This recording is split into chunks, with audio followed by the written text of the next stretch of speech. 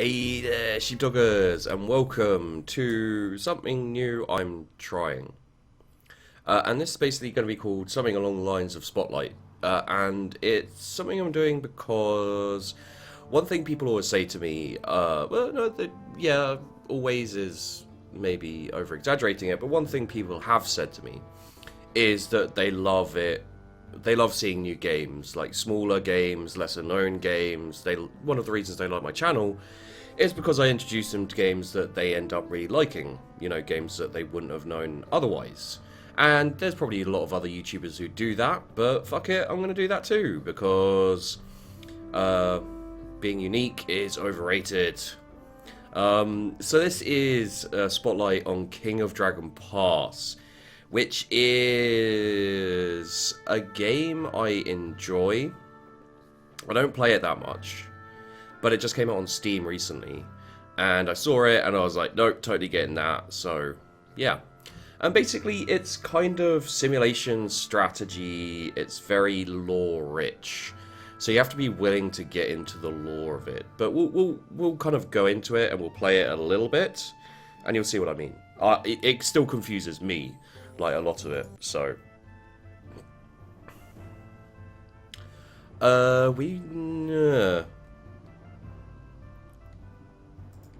Oh, is this the same? Yeah, this is the... Okay, that's... Okay, well, let's just do... Come on, easy. Stop it. There we go. That was... Okay, so this is the first mistake that Sheepdog has done. It's fun, it's enjoyable, embrace it. I'm not sure how to start a new game. I was going to start a new game. Info... That's not what you want. Okay, I guess we'll have to play, and there must be... controls. Okay, there you go. So, new game. There you go. New game. Play. There we go. Okay, so I'm not going to go through all of this, like, because there is a lot of talking, and it will end up making the video ridiculously long. There once was a time when God's people walked together, so this is kind of backstory, and you basically do the history for your clan, for your tribe. Clan? Yeah, clan and tribe. And so you got the Storm God Orlanth, who's part of your race's mythology. And they're kind of, I think this, from what I can tell, the story is that the gods are powerful, and they're kind of corporeal for the most part, and then they go incorporeal or something like that. I'm not entirely sure on the lore of this. It is a fun game, but it's very lore rich, so you have to kind of really read up on it, and I haven't done that yet. I enjoy the game, but I haven't done that yet. Okay, so yep, there's that, and then you've got the marrying of the king god to the Earth Mother, and they form the marriage ring. Our clan took part, and you have to decide how you prepared. So you can stand with El Mal, who is the god of horses and the sun, as an honor guard to protect. You can drink with the main god, or you can have Elnalda, the Earth Mother. So you can choose kind of who you went with. We'll just go with Orlanth for this one. His struggle to remake the world was just beginning. Many other gods joined him in it. He fought Yelm Bright Emperor, Wars of Conquest, other peaceful deeds, just important. So we pick our earliest famous event. So you've got the 100-day hunt, you've got procession of animals with the cow mother. Basically, it's picking your gods and kind of what your clan is, what kind of, I guess you'd say, stats your clans have. And you do have to click and hold. You can't mouse wheel to go up and down. I quite like Lancor Mai because he's the knowing god, and it helps you discover secrets and things later. But we're gonna go with I think probably we'll go with first pot, so that'll be trading, clan making dance. Let's go with the healing of Orlanth with her. Succeeded in remaking the world. Golden Aura called the Storm Age, and yeah, and then his son, and what's happened. So basically we choose whether we keep slaves or whether we kind of adopt them as our family. So basically you can keep slaves, they're called thralls in this, and they're not really indentured. Yeah, they do the work for you. We'll go with adopted family because slavery is wrong. And we'll be against the elves because I don't like the elves. You take your biggest enemy. The Storm Age ended in disaster, so chaos comes into the world, and they're kind of like demons and stuff like that. It just tells you about how a few deities remained, and the world stagnated and died, clan was diminished. And then the king of your people turned up, great leader, and he kind of banded everyone together, and you survived. We'll go with war. Okay. Finally, the sun rose again. Rest of society worked to protect themselves. First priest came in, established links with the deities. So your deities basically start waking up, and you can choose who your deity is. So you can go with retained worship of our living deity, Elmal, Aurochs the Storm Bull, or Idala the Hunter. Or you can go with the other ones here, the Knowing God, the Father, Talking God. I'm going to go with Aurochs the Storm Bull, because he is a warrior, and he is awesome. And so things have been different since the dawn, 1300 years ago. Other gods retreated from the world. So yeah, they're gods you pray to, not gods you fight alongside anymore. There is still magic in the world, so you can pray and you can do magic and all that kind of thing. We settled in a new land, called it Hjortland, after the great king who taught us how to survive. The dragons came along, and they were like, "Yo, come to our land. We'll totally help you." And I'll say hostile. We would never believe dragon. Most of the people who said yes moved to Dragon Pass, landed in the north. We stayed. Basically, the dragons rose up, ate everyone, including some of the dragon friends. No one went to Dragon Pass. They were sure that dragons would eat them too. Recent events made you think twice. Basically, Pharaoh comes along, and he starts civil war, so everyone's fighting against each other. Clan broke up, and we moved to Dragon Pass, rather than kill our own kin. We're the Orlanthi is the name of our people, after Orlanth, the main god. Those who are unable to live under the Pharaoh moved northward. So other clans we knew from before have moved up to Dragon Pass as well. This is all about us moving to Dragon Pass, and King of Dragon Pass is basically about becoming king in Dragon Pass, uniting the clans, diplomacy, war, farming. It's really interesting. If you manage to stick with me till here, you might be very interested by this game. So we settled in Dragon Pass, Quivinland, mountainous area southeast. Call them home. Tradition required you to make formal land claim. How much do we claim? So you can claim a lot more than you need if you're planning on expanding quickly with stuff. Huge tracts is probably not advisable. More than we needed to grow into isn't terrible. As much as we needed, no more. If you're unsure, just go with that, which is what I'm going to do. Forge a tribe and remain king for 10 years. So that's the short. The long is become the first king of Dragon Pass, and you can choose the difficulty. I would suggest it on normal and on short, just to get your hand in if you do indeed play this game. At the end, there we go, sheepdoggers. At the end, I will kind of talk about the price and where you can find it and etc. I mean, it's easy enough to find, but I will put a Steam link in the bottom as well, in the description for this game. To prepare for the marriage. So this is just our clan history. You first awakened Aurochs the Storm Bull. Attitude towards dragons was hostile. You just trust them. You have as much land as you need, no more. Ancient enemy is Chinggis Mor, the elf warlord. And here we go. This is what we have. So this is the forecast. God talkers say that typical omens indicate a typical omens indicate typical harvest. So we're going to get a standard harvest for our crops. The leaves of the oak trees fell off early. No one agreed what this signified, so we don't know exactly what that's going to do. We made dangerous trek to Dragon's Pass, claimed as much land as we needed, no more. We built a clan hall, some steads, and a shrine to Orlanth. But when we left Hjortland, we lost much of our connection with the gods. Other clans we knew back in Hjortland also sent emigrants to Dragon Pass, so we already have friends and enemies. It's now time for annual allocation of the clan magic.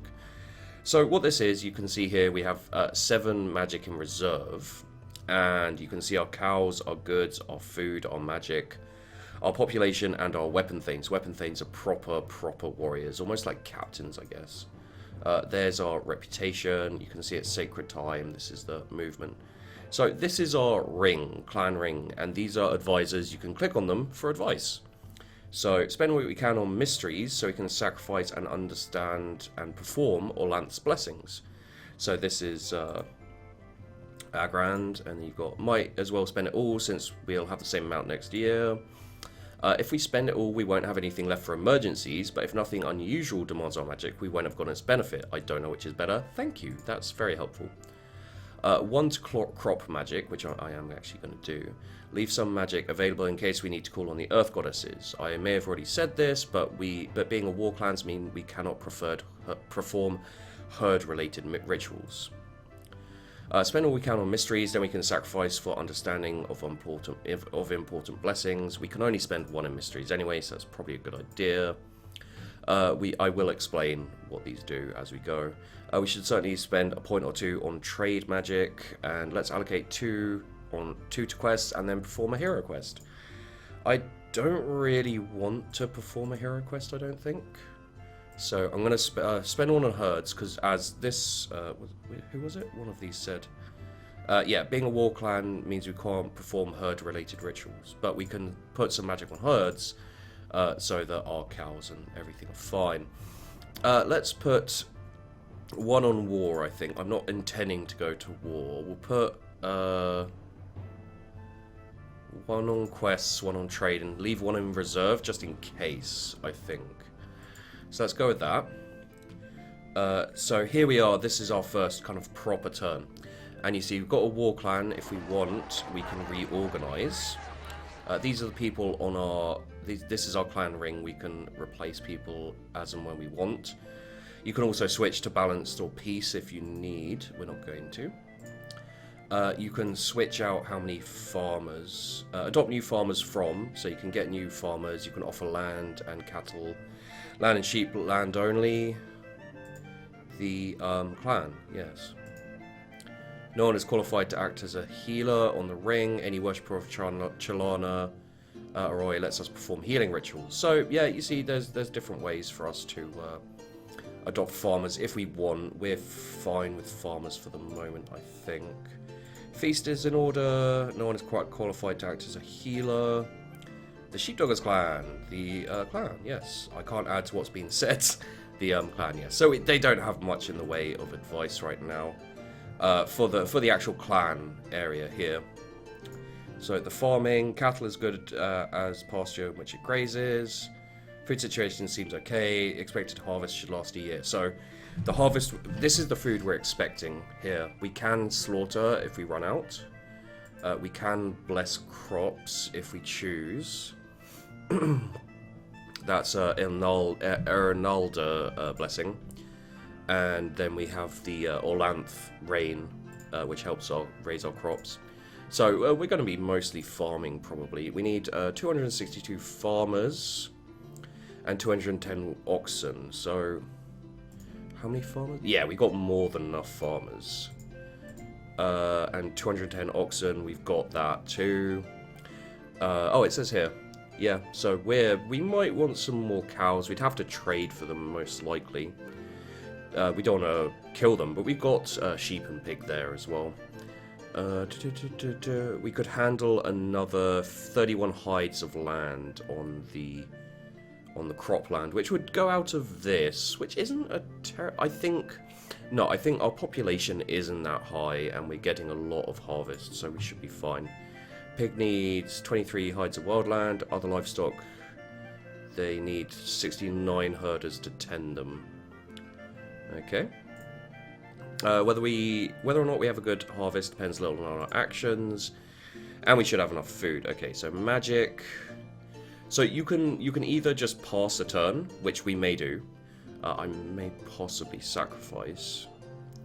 Then you got the relations. You can see where we set down.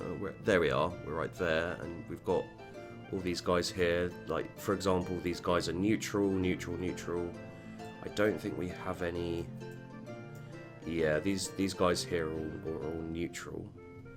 I'm not sure about the. We're feuding. Okay, we're feuding with them.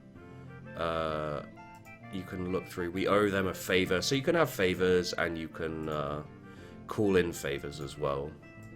It takes time for you to get used to all of these people, and who to be friends with and stuff. It depends what you're doing, and who to trade with. We're not going to do any trading. We only have one treasure. We must remedy this. So our only treasure is Blacktail the Bull, who gives us more calves than usual, which is always good. Let's raid the Anmangani while we'd catch them while they're sowing grain. During sacred time, we allocated 1 point to our clan magic to battle. Taking our farmers on a raid would be disastrous. Let's not forget that feud. Anmangani. We should build a watchtower to help spot raids, give us time to respond. Still have that feud. We don't have enough warriors to defend ourselves. However, the spirits of our weapon thanes are high. Okay, so what would we need to make a build a ditch? What would we need for what? It would cost 10 goods. We have enough goods for that, so let's do that. So we've built a watchtower, so we will know. We've also got Berserker, which is Urox. Increases the chance of victory with more deaths and more wounds on both sides. We're not going to go for that. What we're going to do is we're going to get max weapon things because we're going to be war. Offer additional gifts worth 1 cow. I think we'll do that. Promoted 5 farmers to weapon things. Okay. So there we go, that's that. We've got the map, we can send out an exploration party, but I don't want to yet. We've got our lore, which is, you know, oh god, basically it pulls it up as like a kind of rulebook type thing you can't see, but it gives you the backstory on all of this kind of, all of this stuff, and it explains, it's a massive amount of lore. And it's a lot to read, so we're not going to do that now, but yeah, there's a lot. You can see all of this, like chaos as well. We have many enemies, but our worst is chaos. Chaos first came during the god time, and yeah, it's like 7, 8, 9, 10 paragraphs maybe. In the saga, this tells you what happens during the years. You can also restore. This is the save part. So we build a clan hall and etc. And what we're going to do to begin with is we're just going to... no, I think we will sacrifice. Because we've got a shrine to El Nada, we've got blessed crops. And we've got a shrine to Orlanth, which is rain. What I'd like to do... no, not Orlanth, sorry. I want to... Because Aurochs is awesome. Oh, we have a shrine to Aurochs, sorry. Yeah, and he's great at fighting against chaos as well. So we could increase it, but we need more blessings. So blessings are these things, and what you do for that is you sacrifice cows and goods. So let's sacrifice 10 goods, and how many cows we've got? Let's sacrifice 15 cows. See if we can get anything nice from rocks. 15. Okay, well let's just up that one. There we go, and we can sacrifice to get Berserker if we go to war, or if we had these blessings, we could sacrifice to sense chaos or to smite chaos. We're not going to do either of those right now. We're just going to do mysteries, which learns new blessings or myths. So Urox revealed the workings of smite chaos ritual, and there you go. So once you've done that, once you've done the kind of moves you get for the turn, then you get events and things like that. So we've got Fistivos and Honor listens. Constant bickering, arguing, throwing things, outright fighting has reached the point where their family and neighbours push them in front of the ring, demanding something to do to stop them. The couples seem chagrined to be brought to a clan hall. So These are two. This is a husband and wife, I think, as far as I know, who have been arguing and that, and the clan wants us to do something about it. We need a solution that will satisfy the Carls without insulting them. So this guy wants me to shame them.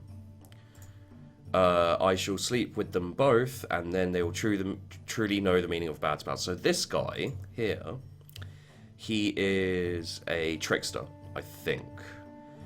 Which they're useful to have because you get lots of options, but they can really fuck things up for you as well. And you can see all of their skills as well here. So animals, bargaining, combat, customs, leadership, magic, and worships. So this guy worships Urmal. And this guy is obviously Orlanth. This girl here is Odaila. And she says tension from this is affecting the cattle, so threaten them, fine them, shame them.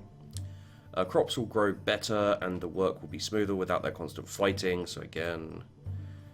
When family matters become this bad, the Roing is right to respond, but family matters never justify outlawry. So he doesn't think we should outlaw them. And he's quite wise as well, especially with customs, so probably shame or fine them is the best choice. Give them a reason to end their bickering. When warriors get out of hand, they lose gold and silver. And this guy is Humakt. Okay, so everyone pretty much wants the same thing. This guy wants fine. This guy wants shame. He is kind of the leader, I think. So I think I'll go with shame and see how this goes. The couple were brought before the clans listened to Derek's recitation of the badger and the snake, a tale that ridiculed pointless sparring and ends in disaster for all the animals in the forest. The couple rolled their eyes and smirked as Derek stumbled on a few tricky lines. Shit. They outshouted him by reciting rude stanza about Madeline. Okay, well, we'll find them then. So warrior morale goes up, farmer morale goes down. You saw them just like pop up there. The ring stripped them of their herds, reducing them to cotters. The Carls complained that the ring had interfered in domestic matter. The weapon thanes were pleased that we had punished the Carls. So here we go. So this is this dude here who is on the end of the ring. The Horde clan's leading weapon thane, Sven, comes bearing gifts and a message from his chieftain. You think we are mad? But we know you think this, and you know that we know you think this. Unlike other people who pretend to us that they think we are normal, even though it is obvious that they think we are mad. Sven pauses for breath. Therefore, we can trust you. He says that in recognition of our honesty, he brings us 2 large wagons full of strange blue cheese. The Horde clan is known for electing mad leaders. So we can decline the cheese politely. We can thank him for the cheese, give a reciprocal gift, or tell him that you consider the offer as good as the deed and tell him to keep his cheese. Let us tell him, consider the offer as good as the deed. Either you accept the gift or you don't. Okay, well. Yeah, okay. So I think I pissed them off. Our clan magic is depleted? Why is our clan magic depleted? So you got, I think you've got 4 seasons before the next year, and then you go back to doing the thing. So what we can do here, if we want, is we can actually build a larger shrine to Urox, if we like. Would cost us 10 goods and 5 cows in maintenance. We don't have that many goods in our cows. We're not going to do that, not yet. But we can now, we can enlarge our shrine to get the Smite Chaos blessing. Or we can sacrifice to get the Smite Chaos if we need it. So that's also useful. You can also see a lot of what you want. You've got your ancestors here, revere our ancestors all the way back to those who bravely died in the Great Darkness. You've got the protection blessing there. The plowman is farmer, so he gets farmer's work better. Oxen's plow better. Health and healing, we've got the healing thing here. Then Elmal, he's got horse friend, shield, reduces deaths, that's really useful. He's a great one to have, to be honest. Because you've got increases defenses when you're defending, prolongs the life of your horses, reduces deaths among weapon thanes, and helps ripen the crops. Then Elnada, we've got the blessed crops, blessed children, preserve. She's the mother goddess. The trickster god, the outlaw, and scapegoat, but also one of the 7 lightbringers, and a friend to Orlanth. He brings trouble to those around him. So this guy is a trickster. Is there a way to... So we can bless our clan or curse another clan with this guy. He's a tricky one. You don't always want to get him going. God of War and Death and of all endings. You've got seals bonds between clans, weapon fights, thanes fight. So this is the battle god basically, and you got all these other gods as well. We're not going to do anything there yet, I don't think. Warriors are satisfied, farmers aren't. We could give them some wealth. So what you can do is you can go to gifts to the farmers. Giving any fewer than 10 cows worth of goods would be pointless. Farmers aren't happier. So anything. So let's do 20, I think, and distribute. There we go. So now they're happy. I'm not going to take any more because we're getting towards the 30-minute mark, and I want to talk a bit about the. So we're just going to do this so you can see a bit more. Okay, so the Grey Foxes, which is another clan, you can see them. Where are they? They're here. They're known for careful planning. Their main deity is Argan Agar. Their chief is Renatha. We're allied with them. So they challenge us to all of the neighbouring clans to a cooking contest. They claim that they make the best food in all Dragon Pass and wish to prove it. So although it seems really jolly, this event could really help improve relations with other clans. I volunteer for an eating contest. The Carls are in a good mood. Wait, so he wants to... We can judge, treat the event as a festival for your people's enjoyment. They want that too. The Carls are in a good mood. We could use magic, but that probably isn't a good idea. What could be holier to Nalda than the nourishment of the people? It would not be an insult to use her magic. The other clans are probably using their magic to prepare their food. The use of our clan magic for a mere cooking contest is frivolous and wasteful. We only have 1 magic left. Okay, but the majority seem to... I think we should offer to judge. The food being prepared by the Grey Foxes tastes the best, but perhaps your interests are served by choosing different clan winner. We will choose the Grey Foxes, because we're allied with them, and I've played this before, they're kind of a useful clan. Everyone had to agree with us. They said the only possible fault with the Grey Fox dishes was that there weren't enough of them. So there you go, and then you can go to your relations. Lousy Hendarty. So there's the Hendarty there, and the Anmangan. So what we're going to do is we're going to go to war for this last bit.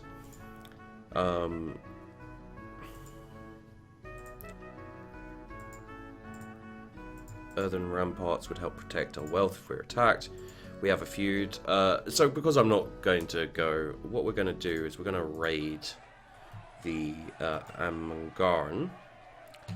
We're going to send more footmen, 125 footmen, send 13 weapon thanes. We'll send in 20 auxiliaries, are basically healers almost. Are the weakest of the nearby clans. We can always ask for help. This type of year, most people would decline. Don't have enough weapon thanes to go... we have enough to go raiding. Send few women as auxiliaries. They can tend to the wounded and exhort the cowardly. Earth ramparts would help. Yeah, thank you. We have our forces strong enough to go raiding now. So, we're going to raid these guys. We're going to send... I think we'll send 15. We'll leave 2 weapon thanes behind. We will raid. Farmer morale, warrior morale went down.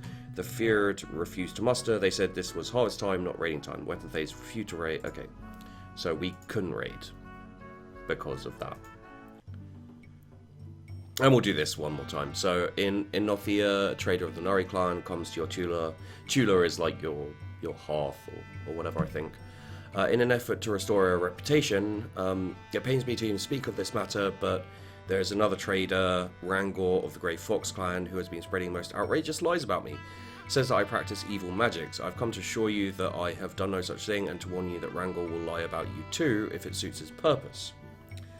We allied with Rancor. clan, his foes are our foes. Each clan sanctions its traders to do business on behalf of the clan ring. Each trader serves as an emissary for its clan.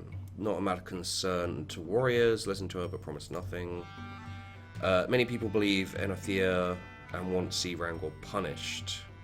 This guy, let me question her. I will determine the truth. So he is good at custom, and he worships Lankor Mai, which is actually really useful. Enothea is respected as an honest trader. We are stronger. Okay, so we're gonna question her closely. We decided that she was not. She sensed this and seemed sorely affronted. Okay, let's go with this. Livid, Enothea fled Artula, promising that all would know us as Rangor's dupes. The people were pleased that we had scolded her. And there you go. Like we can. Okay, now we can raid. Dark Season. We can now raid. So let's do this bloody raid. We want to raid the Amagon. These guys. We're doing a cattle raid, actually. Do we want to do a cattle? Let's do a proper raid. Sorry. There we go. So these guys, we're going to send in 15 again. We'll send in 130 and 25, I think. We'll see how that does. I think that might be a bit much. But we'll call on our Grey Fox allies. Or the Wolf. Yeah, no, the Grey Foxes are probably the better ones to go with. So, raid. Grey Foxes sent 22 warriors. We eluded the Anmangan patrols, and our 15 weapon thanes and 130 footmen are only facing 6 weapon thanes and 69 spearmen. We will sacrifice to Humakt because he is the war god, but we don't need to use any magic for this. What we're going to do is we're going to plunder, we're going to charge just purely because we outnumber them so ridiculously. We don't even need to skirmish.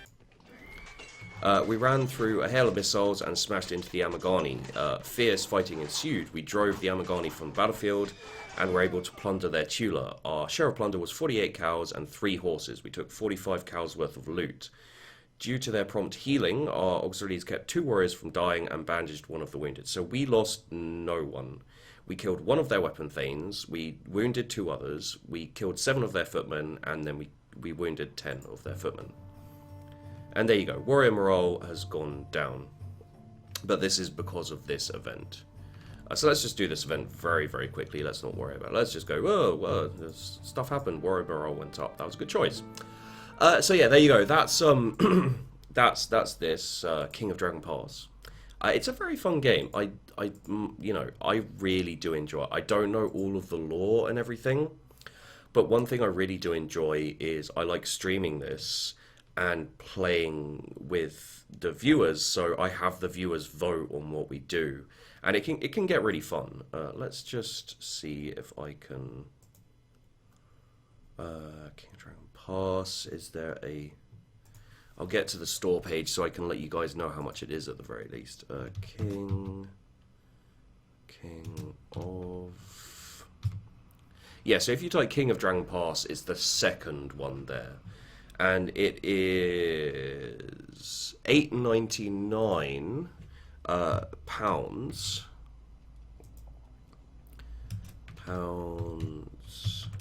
in US. Okay, so it's basically $14, $14.01 apparently. But yeah, it's $14, and that's fairly expensive for a game that it doesn't boast any graphics or anything. But it is my spotlight, so if you're interested in this game, I've got to say, if you feel like you can get into this game, it really is worthwhile. It's a lot of fun. You can just sit here and have fun with it, and it lasts quite a long time. And once you've done the short one, you can go on to the long one. There's a lot of interest to it. And if you're not sure, check me out on twitch.tv/sheepbuild42. I will occasionally stream this. And when I do stream it, it will be, I'll try and get the viewers involved, and we vote on what we do and all that kind of thing. There are other things, the other things you can do is you can, I think it's on the Magic, you can perform a quest where you send people out and like one of these guys, and they perform a hero quest, and you can get stuff out of it. It's good. It's good. There's a lot of lore to it as well, and it's slightly Viking-y, which I always enjoy. So there you go, guys. That is my spotlight on King of Dragon Pass. It's on Steam. It's not that expensive, but it's not that cheap. So you may want to wait for a sale if you're not sure. But I recommend it. So take that for what you will. Thanks for watching. Really hope you enjoyed this video. If you like the idea of me spotlighting more games that are less well known, then let me know, and I'll definitely consider doing more, because I'd like to spotlight more lesser known games. So thanks for watching, guys, and I'll see you in the next video.